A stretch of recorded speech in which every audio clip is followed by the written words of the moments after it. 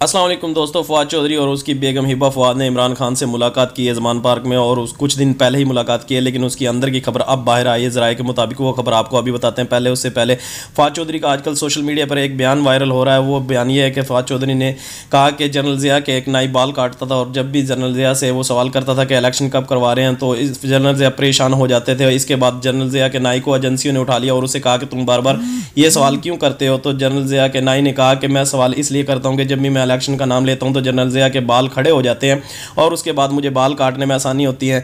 अगर आप चैनल पर नए हैं तो चैनल को सब्सक्राइब कर लें, वीडियो अच्छी लगे तो लाइक कर लें। चलते हैं अपने मुद्दे की तरफ। फवाद चौधरी की बेगम और फवाद चौधरी ने ज़मान पार्क में इमरान खान से मुलाकात की, जिसमें इमरान खान ने फवाद चौधरी की बेगम की भरपूर तारीफ़ की और फवाद चौधरी की बेगम को बड़ी ऑफ़र दी है, जिसके बारे में फवाद चौधरी की बेगम को कहा कि आप MP का इलेक्शन लड़ें, आपकी जैसी बाहिम्मत और पढ़ी लिखी और बाशऊर खातून पार्टी का असासा है। इसके बाद फवाद चौधरी ने एक और मजीद बयान एस्टेब्लिशमेंट के बारे में दिया कि एस्टेब्लिशमेंट के बारे में कहा कि फवाद चौधरी ने कि इतना वजन उठाया आसिफ जरदारी और नवाज शरीफ का कि इनकी कमर दोरी ना हो जाए एस्टेब्लिशमेंट की, ताकि ये बहुत ज़्यादा वजन उठा रहे हैं और ये ना हो कि एस्टेब्लिशमेंट की कमर दोरी ना हो जाए।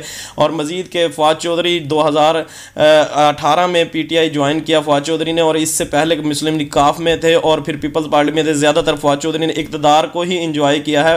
पहली दफ़ा फवाद चौधरी ने इक़्तिदार के गोलगप्पे के अलावा जेल की हवा खाई है, और ये पहली दफ़ा इन्होंने जेल की हवा खाई है। अगर वीडियो अच्छी लगी है तो लाइक करें, सब्सक्राइब करें। अल्लाह हाफिज़।